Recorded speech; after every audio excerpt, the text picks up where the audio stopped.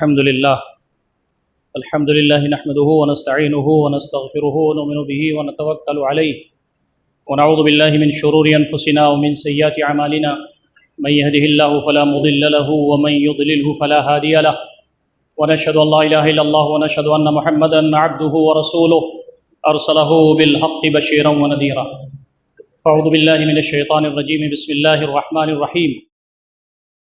يا أيها الذين آمنوا قوا أنفسكم وأهليكم نارا. صدق الله العلي العظيم. وعن النبي صلى الله عليه وسلم أنه قال اتقوا الله واعدلوا بين أولادكم أو كما قال النبي صلی اللہ تعالی علیہ وسلم. محترم سامعین خطبہ جمعہ، بزرگوں، نوجوان بھائیوں اور عفت ماں اور بہنوں، السلام علیکم ورحمۃ اللہ وبرکاتہ. دین اسلام پوری زندگی کو محیط ہے، اور دین اسلام کا یہ امتیاز ہے، اس کی خصوصیت ہے کہ وہ انسان کی انفرادی زندگی، اجتماعی زندگی، گھر کی زندگی، بازار کی زندگی، اس کی معیشت، اس کی معاشرت، اس کی سیاست، سب کی رہنمائی کرتا ہے. اور یہ بات بھی بتا دی گئی کہ جو اشہد ان لا الہ الا اللہ و اشہد ان محمدن رسول اللہ کہتا ہے، اس کو آزمائشوں سے گزرنا پڑے گا. کتنے انبیاء اس دنیا میں ایسے آئے جن کو جھٹلا دیا گیا، جن پر پوری قوم میں سے ایک آدمی ایمان لایا. کتنے انبیاء ایسے گزرے ہیں جن کو شہید کر دیا گیا. نبی اکرم صلی اللہ علیہ وسلم کا جو مشن تھا اور آپ کی جو مومنٹ اور تحریک تھی، اس میں بھی آپ دیکھیں گے کہ آزمائشوں سے بھرا ہوا ہے پورا قافلہ سخت جاں. مارے گئے، پیٹے گئے، شہید کیے گئے، زندگیاں مشکل بنائی گئیں، جنگیں لڑنی پڑیں، اور اللہ رب العزت کا دین غالب ہوا. ہم جس دور سے گزر رہے ہیں، ہمیں ان سارے پہلوؤں سے ہمیشہ سنجیدہ رہنے کی ضرورت ہے. اپنی ذمہ داری حکمت کے ساتھ ادا کریں، اللہ کے بندے بن کر کے رہیں، اللہ رب العزت کے دین کی خدمت کریں، اور آزمائشیں آ جائیں تو اس پر صبر اور شکر کے ساتھ ڈٹے رہیں، اس لیے کہ یہ درجات کو بلند کرنے کا ذریعہ. جس ملک میں بھی مسلمان رہے وہاں انہیں پریشان کیا جاتا رہا، طرح طرح کی اذیتیں دی جاتی رہیں. جب انبیاء اور پیغمبروں سے یہ بات بتائی گئی، کہی گئی، وقال الذين كفروا لرسلهم لنخرجنكم من ارضنا ولتعودن في ملتنا، کافروں نے اپنے رسولوں سے یہ کہا کہ یا تو تم ہمارے اس وطن سے نکل جاؤ یا ہماری ملت میں واپس آ جاؤ. یہ ہمیشہ سے رہا ہے، کبھی مسلم پرسنل لاء میں مداخلت کے حوالے سے، اور کبھی شاعر اسلام کو زد و کوب کرنے کے حوالے سے، کبھی مساجد کو شہید کرنے کے حوالے سے، اور کبھی مدارس کو مسمار کرنے کے حوالے سے، کبھی مسلمانوں کے جو پرکھوں نے اللہ رب العزت کے لیے جائیدادیں وقف کی تھیں اوقاف میں مداخلت کرنے کے حوالے سے. یہ سلسلہ چلتا رہے گا، گرفتاریاں بھی ہوتی رہیں گی، اللہ کے بندے اپنی خدمات اور اپنی قربانیاں بھی دیتے رہیں گے، اللہ رب العزت کے ہاں درجات کو بلند کرتے رہیں گے. ہمارے لیے یہ پہلو ہے کہ ہم اپنے ذات پر غور کریں کہ ہم کتنے مسلمان ہیں، اللہ تعالیٰ سے کتنے قریب ہیں، دین کو کتنا جانتے ہیں، اپنے گھروں میں دین اسلام کو کتنا برپا کرنے کی کوشش کرتے ہیں، اپنے محلے اور سماج میں کتنے اچھے مسلمان ہیں، بھلائیوں کو کتنا آگے بڑھانے کی فکر کرتے ہیں، برائیوں کے خلاف کتنا اکٹھا رہتے ہیں، رسم و رواج کے خاتمے کے لیے کتنی ہماری کوششیں ہیں، اور ایک بہترین سماج کی ترقی کے لیے اور اسلامی نظام کے لانے کے لیے کتنا ہم سنجیدہ ہیں اور ہماری قربانیاں ہیں. یہ عنوانات ایسے ہیں جس پر یہاں خطبہ جمعہ میں گفتگو ہوتی رہتی ہے. دوستوں اور ساتھیوں، میں نے ایک خطبہ دیا تھا جس میں والدین کی عظمت اور ان کی بزرگی اور ان کے حقوق کے حوالے سے بات کہی گئی تھی. مجھے کچھ ایسا لگا، اور ہمارے احباب نے بھی مجھ سے آ کر کے ملاقاتیں کی، کہ اس کا جو دوسرا پہلو ہے وہ تشنا رہ گیا. یعنی والدین کی بھی یہ ذمہ داری بنتی ہے کہ اپنے اولاد کے ساتھ ان کا رویہ بہتر ہو. حالانکہ میں نے اس پر کئی خطبات جمعہ میں نے دیا ہے ماضی میں کہ ہمارا بہترین خاندان کیسے ہو. بہترین شوہر کیسا ہونا چاہیے، بہترین بیوی کیسی ہونی چاہیے، بہترین باپ کیسا ہونا چاہیے، بہترین ماں کیسی ہونی چاہیے، بہترین اولاد کیسی ہونی چاہیے، اس پر میں خطبات جمعہ دے چکا ہوں۔ میں نے جو وہ خطبہ دیا تھا اس میں یہ بات پیش نظر تھی کہ آج کی جو نیو جنریشن ہے وہ دین سے دور بھی ہے اور عمل سے بھی دور ہے، اور اپنے والدین کو پریشان کرتی رہتی ہے۔ کیا حقوق ہیں والدین کے، ماں کے اور باپ کے، وہ میرا خطبہ ان کے لیے تھا۔ بہت سارے ایسے لوگ ضرور ہیں ہمارے معاشرے اور سماج میں جو اپنے والدین کی قدر کرتے ہیں، اپنے ماں باپ کا خیال کرتے ہیں اور ان کی خدمت کرتے ہیں اور ان کو اپنی جنت سمجھتے ہیں۔ تو میرا وہ خطبہ لوگوں کو ایسا لگا کہ گویا وہ ایک طرفہ تھا۔ تو میں آج تھوڑی سی بات والدین کی ذمہ داری کے حوالے سے اپنے پچھلے خطبات سے ریپیٹ کرتا ہوں تاکہ توازن قائم ہو جائے۔ کبھی کبھی ایسا ہوتا ہے کہ ہمارے جو والدین ہیں وہ اپنی ذمہ داریاں ادا نہیں کرتے، اور جو کچھ ان کا حق ہے وہ تو وہ قبول کرتے ہیں، لیکن جو حقوق ان کے بچوں کے ہیں اور ان کے لڑکوں کے ہیں اور ان کی لڑکی اور لڑکے جو نئی نسل ہے، نوجوان ہیں، ان کے سلسلے میں ان کا جو رویہ ہے وہ اچھا نہیں ہوتا۔ بہت سارے والدین ایسے ہیں جو کتاب و سنت کی روشنی میں اپنی ذمہ داری ادا کرتے ہیں، لیکن ہماری امت میں ہر طرح کے لوگ موجود ہیں۔ یہاں سے جب خطبہ دیا جاتا ہے تو وہ عمومی نوعیت کا خطبہ ہوتا ہے، اور ملت اسلامیہ کے اندر بیداری لانے کی بات کی جاتی ہے۔ نبی اکرم صلی اللہ علیہ وسلم نے ہمیشہ اس بات کی تعلیم دی ہے کہ بہترین خاندان کیسا بننا چاہیے، باپ کیسا ہو، ماں کیسی ہو، لڑکے کیسے ہوں، اولاد کیسی ہو، اور گھروں کو جنت نشان کیسا بنایا جائے۔ قرآن مجید میں یہ بات کہی گئی ہے، یا ایھا الذین آمنوا قوا انفسکم واہلیکم نارا، اے لوگوں جو ایمان لائے ہو، تم اپنے آپ کو اور اپنے اہل خانہ کو جہنم سے بچاؤ۔ بیسک کانسیپٹ وہ یہی ہے کہ ہم جنت کے باسی ہیں، دنیا میں پارٹ ٹائم بینگ ہم آئے ہیں، اور ہمیں یہاں جو کچھ بھی میسر ہے ان سب کا حساب و کتاب دینا ہوگا اور اللہ کو خوش کرنے کا سامان کرنا ہوگا۔ تو اپنے آپ کو بھی ہمیں جہنم سے بچانا ہے اور اپنی اولاد کو بھی ہم کو جہنم سے بچانا ہے۔ کوئی بیمار ہو جائے تو ہم ہاسپٹل لے جاتے ہیں، اور ہمارا بچہ کوئی کتنا بھی ہم کو وہ پسند نہ ہو اس کی حرکتوں کی وجہ سے، لیکن اگر وہ کسی پریشانی اور کرب میں آ جائے تو ماں باپ پریشان ہو جاتے ہیں۔ یہ دنیا ہے، لیکن آخرت میں آپ کے پریشان ہونے سے بھی کچھ نہیں ہونے والا ہے۔ یہی دنیا ہے جس میں ہمیں آخرت کے لیے پریشان ہونا ہے۔ ہمارا لڑکا جب کمائی نہیں کرتا تو ہمیں پریشانی ہوتی ہے، ہمارا لڑکا جب اپنے اوقات کو ضائع کرتا ہے تو ہمیں پریشانی ہوتی ہے، جب اس کی شادی ہو جاتی ہے اپنے بیوی بچوں کو ٹھیک سے نہیں پالتا تو ہمیں پریشانی ہوتی ہے، اور وہ اس کی تنخواہ کم ہوتی ہے، اس کی آمدنی کم ہوتی ہے تو ہمیں پریشانی ہوتی ہے۔ لیکن جب وہ نماز نہیں پڑھتا تو ہمیں پریشانی نہیں ہوتی، جب وہ حلال کمائی نہیں کماتا تو ہمیں پریشانی نہیں ہوتی، جب وہ اللہ رب العزت کے تقرب کے لیے کام نہیں کرتا، اللہ تعالیٰ سے قریب نہیں ہوتا، اللہ رب العزت کی بارگاہ میں عبادات نہیں بجا لاتا تو ہمیں تکلیف نہیں ہوتی۔ یہ جو رویہ ہے اس کی اصلاح والدین کو کرنی ہوگی۔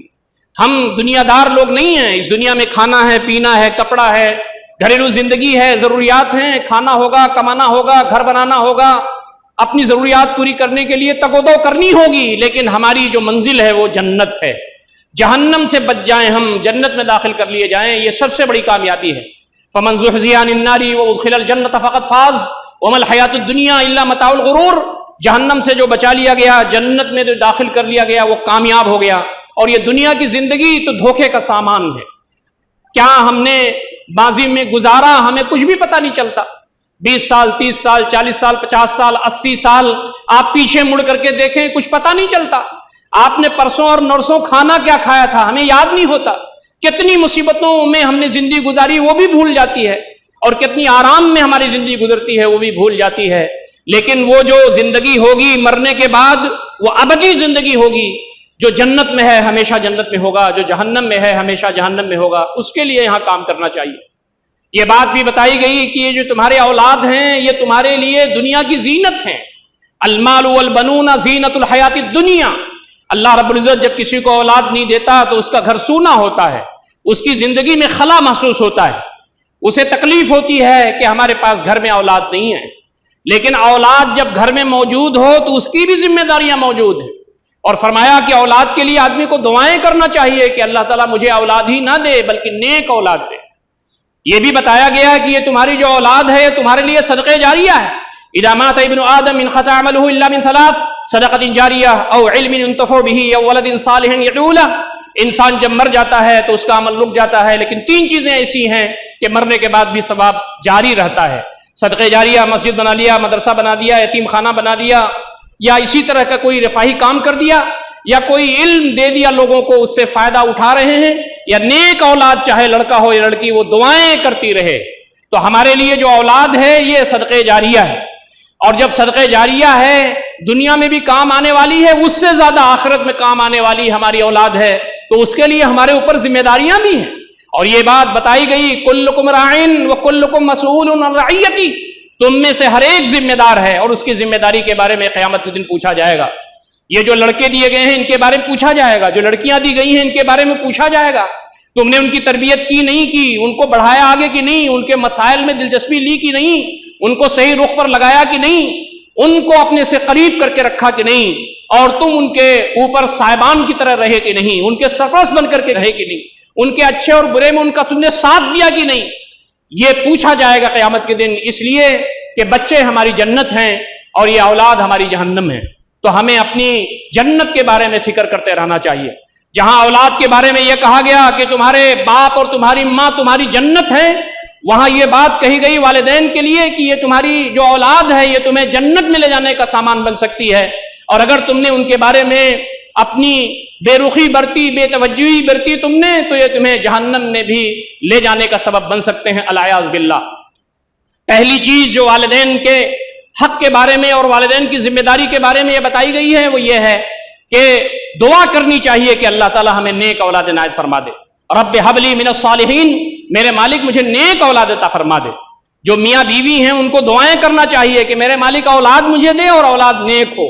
لڑکا دے تو لڑکا نیک ہو، لڑکی دے تو لڑکی نیک ہو. دیکھیے یہ بات جڑ گئی ہے جنت سے. ایسی اولاد مجھے مت دینا جو مجھے دنیا میں بھی پریشان کرے اور مرنے کے بعد آخرت میں بھی جنت کے راستے میں رکاوٹ بن جائے. ایسی اولاد میرے مالک مجھے مت دینا. دوسری بات جو کہی گئی وہ یہ کہ جب اولاد پیدا ہو تو ان کا نام اچھا رکھو. نام اچھا رکھو اس لیے کہ جب نام اچھا رکھو گے تو لڑکا جس نام سے پکارا جائے گا لوگ سنیں گے تو ماحول بہتر ہوگا. لڑکا اپنے نام کا جب معنی سمجھے گا تو یہ سمجھے گا کہ میرا نام بہت خوبصورت ہے. ہم جب انبیاء کے نام پر بچوں کا نام رکھتے ہیں، صحابہ کے نام پر، صلحاء امت کے نام پر، اسلاف کے نام پر، بچہ جب ان کی سیرتیں پڑھتا ہے تو ویسا بننے کی کوشش کرتا ہے. نبی اکرم صلی اللہ علیہ وسلم کی ایک حدیث ہے، آپ فرماتے ہیں اپنے بچوں کا نام بہتر رکھو، خوبصورت رکھو، اس لیے کہ تم کو قیامت میں تمہارے ناموں سے اور تمہارے باپ کے ناموں سے بلایا جائے گا.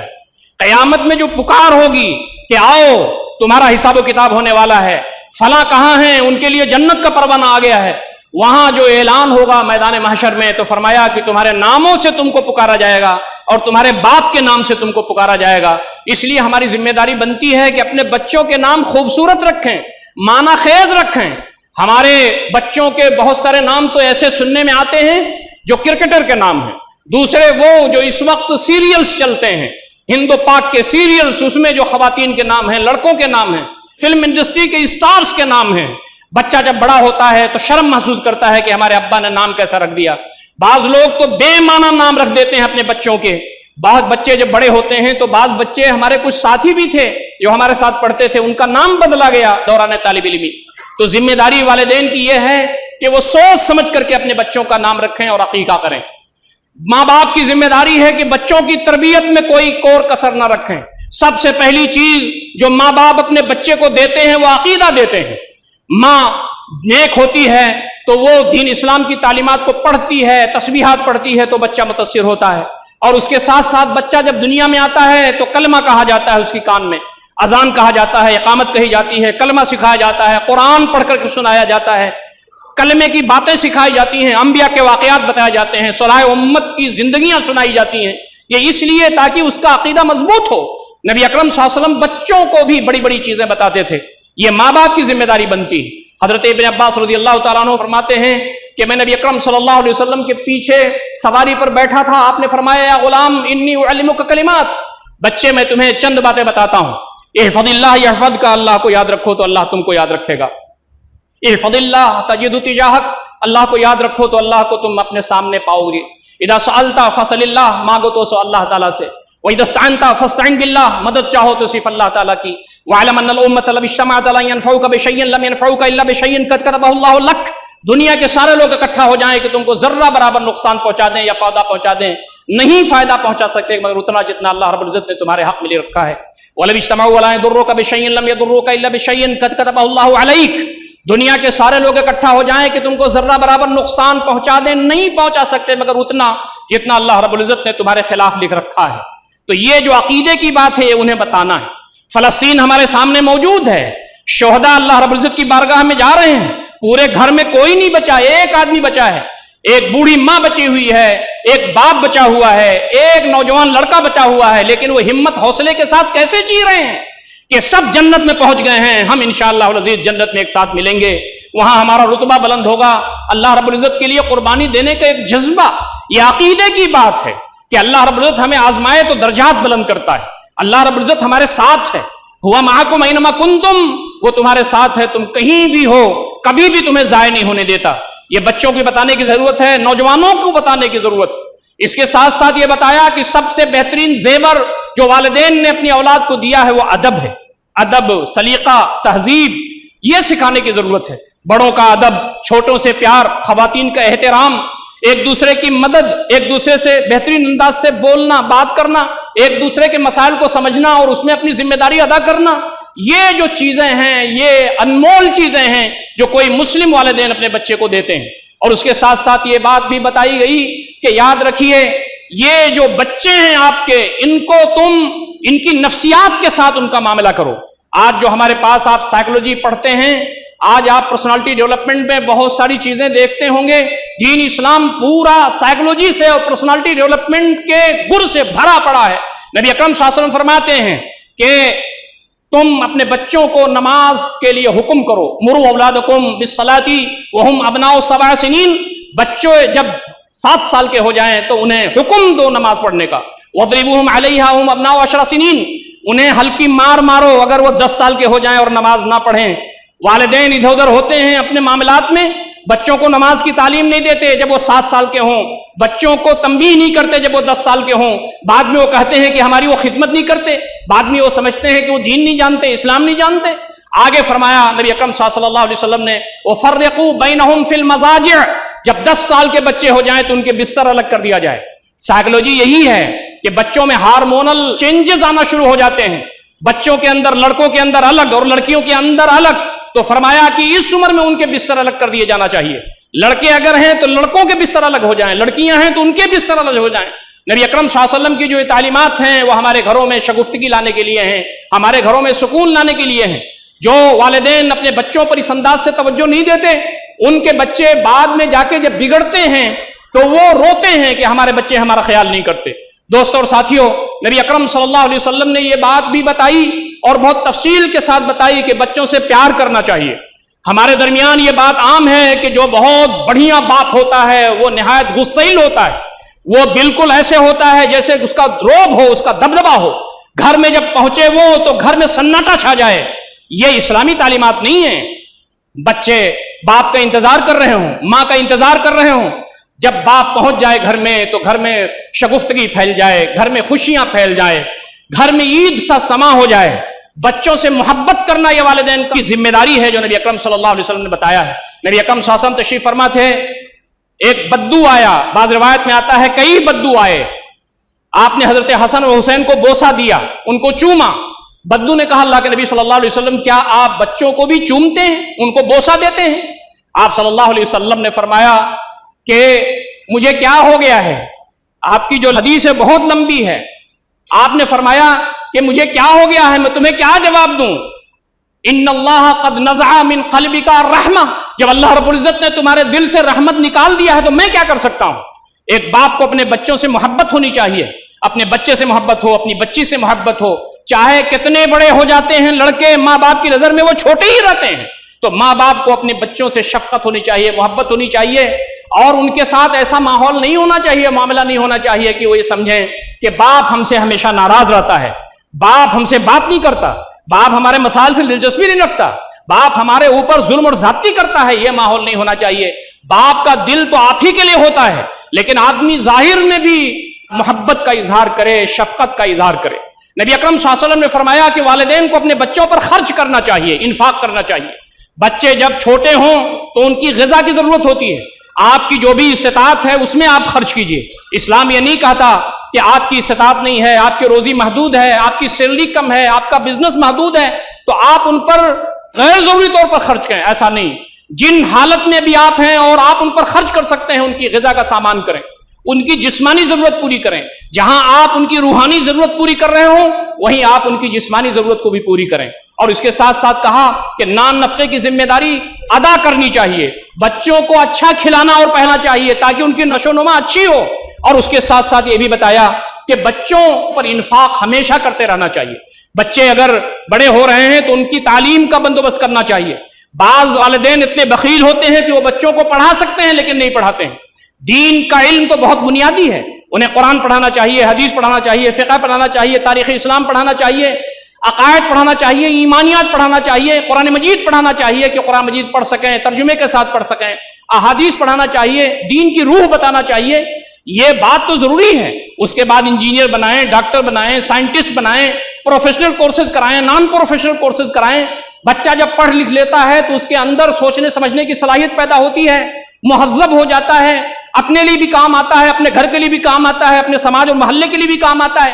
لیکن بہت سارے والدین ایسے ہوتے ہیں جن کے پاس پیسے موجود ہوتے ہیں، وہ اپنے بچوں کو تعلیم نہیں دیتے اچھی، اور بہت سارے والدین تو ایسے ہیں کہ وہ اپنے لڑکوں کو تو پڑھاتے ہیں لیکن اپنی لڑکیوں کو نہیں پڑھاتے ہیں۔ یہ جو انفاق ہے یہ والدین کو کرنا ہوگا، یہ دین کی تعلیمات ہیں۔ نبی اکرم صلی اللہ علیہ وسلم نے فرمایا کہ لڑکوں کو لڑکیوں پر ترجیح نہ دے، وہ بہترین والد ہے، وہ بہترین والدہ ہے۔ ہمارے ہاں یہ ماحول بنا ہوا ہے کہ ہم تو لڑکوں کو اچھی تعلیم دیتے ہیں لیکن لڑکیوں کو اچھی تعلیم نہیں دیتے۔ لڑکوں کو دینی تعلیم دیجیے، لڑکیوں کو دینی تعلیم دیجیے، لڑکوں کو عصری تعلیم دیجیے، لڑکیوں کو عصری تعلیم دیجیے۔ وہ بچی جو گھر میں جائے گی، جو کتاب و سنت کو جاننے والی ہوگی، جو اسلام کی تعلیمات کو جاننے والی ہوگی، جو دین کو بھی جاننے والی ہوگی، دنیا کو بھی جاننے والی ہوگی، وہ گھر میں تعلیم کا ماحول پیدا کر دے گی، وہ گھر میں اسلامی تعلیمات کا ماحول پیدا کر دے گی۔ وہ جو بچے آپ کے 5 اور 7 اور 10 کے ہیں ان کو گھر میں ٹیوشن پڑھائے گی اور ان کو اسلامی خطوط پر ان کو آگے بڑھانے کی کوشش کرے گی، اور جب تک بچے اس زمین پر رہیں گے وہ ان کو اچھی باتوں کی تعلیم وہ دیتی رہے گی۔ تو دین نے بتایا، اسلام نے بتایا کہ والدین کو لڑکوں پر بھی خرچ کرنا چاہیے اور لڑکیوں پہ بھی خرچ کرنا چاہیے۔ اسلام نے یہ بھی بتایا کہ والدین کی ذمہ داری یہ ہے کہ بہترین شادی وہ کریں اپنے اولاد کی۔ ہمارے پاس ایسے والدین موجود ہیں جو اپنے بچوں کے لیے اچھی بہویں لاتی ہیں اور جو اپنی بیٹیوں کے لیے اچھے شوہر کا انتخاب کرتے ہیں، اچھے گھرانے کا انتخاب کرتے ہیں۔ دینداری ہوتی ہے وہاں، تہذیب ہوتی ہے وہاں، شریفانہ خاندان ہوتا ہے، پڑھے لکھے لوگ ہوتے ہیں۔ بچی جب وہاں جاتی ہے تو وہاں پر پھلتی پھولتی ہے، بہترین اولاد وہاں ہوتی ہے اور وہ ماحول بہتر بنتا ہے۔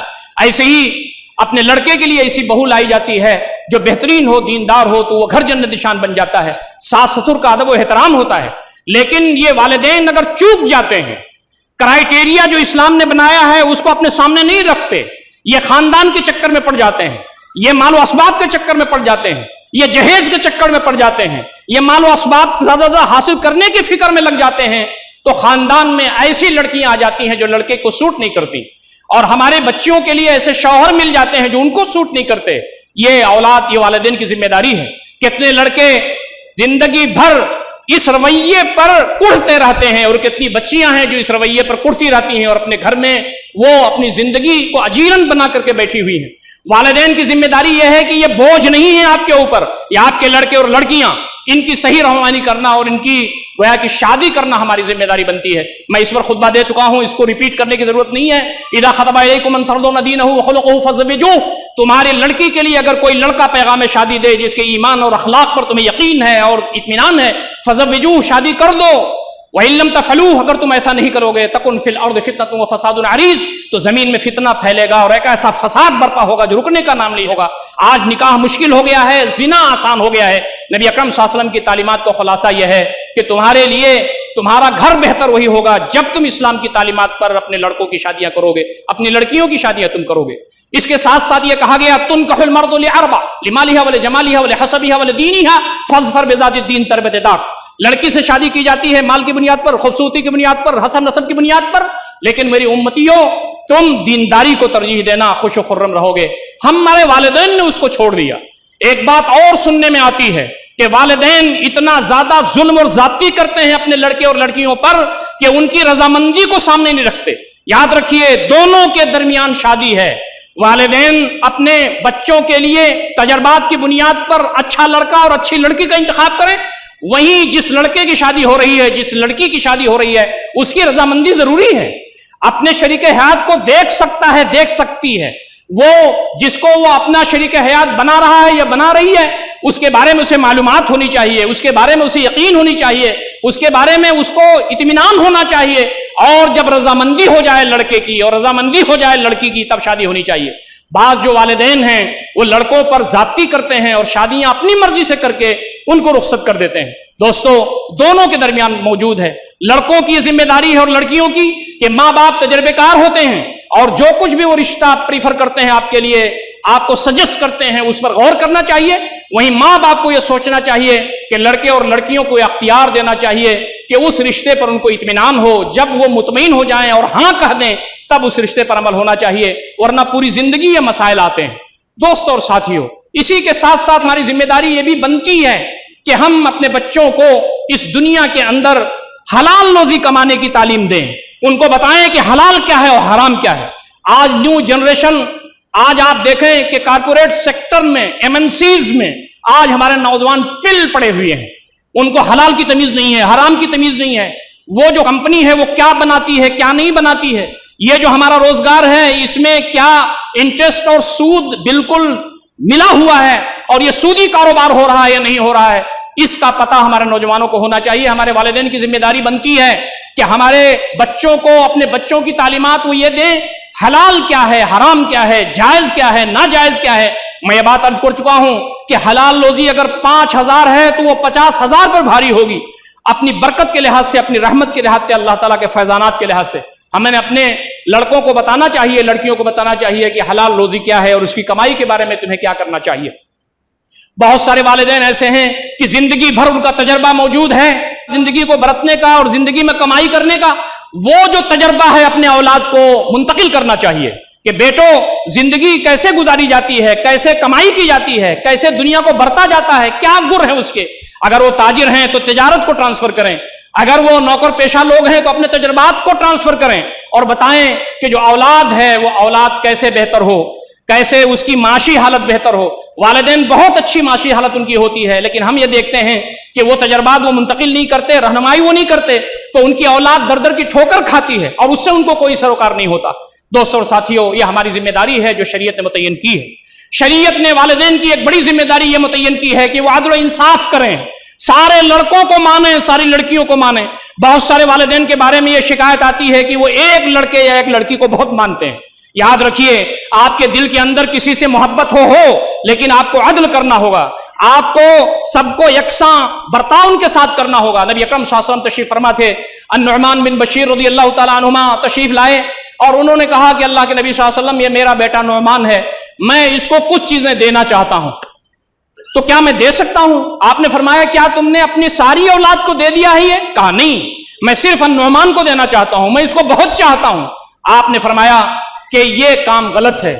کہا میری بیوی نے بھی کہا ہے کہ نبی صلی اللہ علیہ وسلم نے پوچھ لو اور آپ کی گواہی لے لو۔ نبی صلی اللہ علیہ وسلم نے فرمایا لا اشہد علی جور، میں ظلم کی گواہی نہیں دے سکتا۔ اور یاد رکھو کبھی بھی ایسی حرکت نہیں ہونی چاہیے کہ ایک لڑکے کو تو نواز دیا جائے اور دوسرے لڑکے کو چھوڑ دیا جائے، تیسری لڑکی کو چھوڑ دیا جائے، نہیں۔ تمہاری اولاد موجود ہے، زندگی میں کوئی قابل ذکر چیز اگر کسی لڑکے کے لیے کرتے ہو تو سب کے لیے کرنا چاہیے، اور اگر کسی لڑکی کے لیے کرتے ہو تو ساری لڑکیوں کے لیے کرنا چاہیے۔ ہاں جب آپ کا اور ہمارا انتقال ہو جائے تو ہماری جو میراث تقسیم ہوگی وہ ویسے ہی تقسیم ہوگی جیسے دین و شریعت چاہتی ہے، لیکن ہم اپنی زندگی میں کسی کو نواز دیں اور کسی کو چھوڑ دیں، ایسا نہیں کرنا چاہیے۔ ہاں اگر کوئی بہت مخلوق الحال ہے، تقدیر تو اللہ تعالیٰ نے سب کی الگ الگ بنائی ہے، لیکن ہمارے درمیان، ہمارے لڑکوں میں، ہماری بچیوں میں کوئی بہت مخلوق الحال ہے تو ہم اپنے سارے لڑکے اور لڑکیوں سے مشورہ کر کے اس کو ان کی رضامندی سے کچھ دے سکتے ہیں، اس کا بھی پروویژن موجود ہے۔ لیکن عام حالات میں یہ دیکھا گیا ہے کہ ہم اپنی کسی اولاد سے زیادہ محبت کرتے ہیں، کسی سے کم محبت کرتے ہیں، یہ شیوا نہیں ہونا چاہیے۔ میرا وقت ختم ہو گیا، لیکن والدین کی ذمہ داریاں کچھ اور بہت ضروری تھیں جو کرنی تھیں، انشاءاللہ کبھی اور کریں گے۔ ہمارے والدین کو اپنے بچوں کو دوست بنا کے رہنا چاہیے۔ ایک بہت پرانی مسل ہے جس میں کہا گیا ہے جب لڑکے کی چپل اور جوتا باپ کے پیر میں آنے لگے تو اسے سمجھنا چاہیے کہ اب ہمارا چھوٹا بچہ نہیں رہ گیا، وہ ہمارا ساتھی ہو گیا ہے، ہمارا دوست ہو گیا ہے۔ مسائل میں اس سے مشورہ کرنا چاہیے، اس کے مسائل میں دلچسپی لینا چاہیے، اس کی شادی بیاہ میں دلچسپی لینا چاہیے، اس کی روزی روٹی میں دلچسپی لینا چاہیے، زندگی کی جتنی بھی گہما گہمی ہے اسے اپنا دوست بنا کر کے رکھنا چاہیے۔ یہ وہ ساری باتیں ہیں جس پر ہمیں سنجیدگی سے غور کرنا ہے۔ اللہ تعالی ہم تمام کو ان ساری باتوں پر غور فکر کرنے اور عمل کرنے کی توفیق عنایت فرمائے۔ اقول قولی ھذا استغفر اللہ لی ولکم اجمعین واستغفروہ انہ ھو الغفور الرحیم۔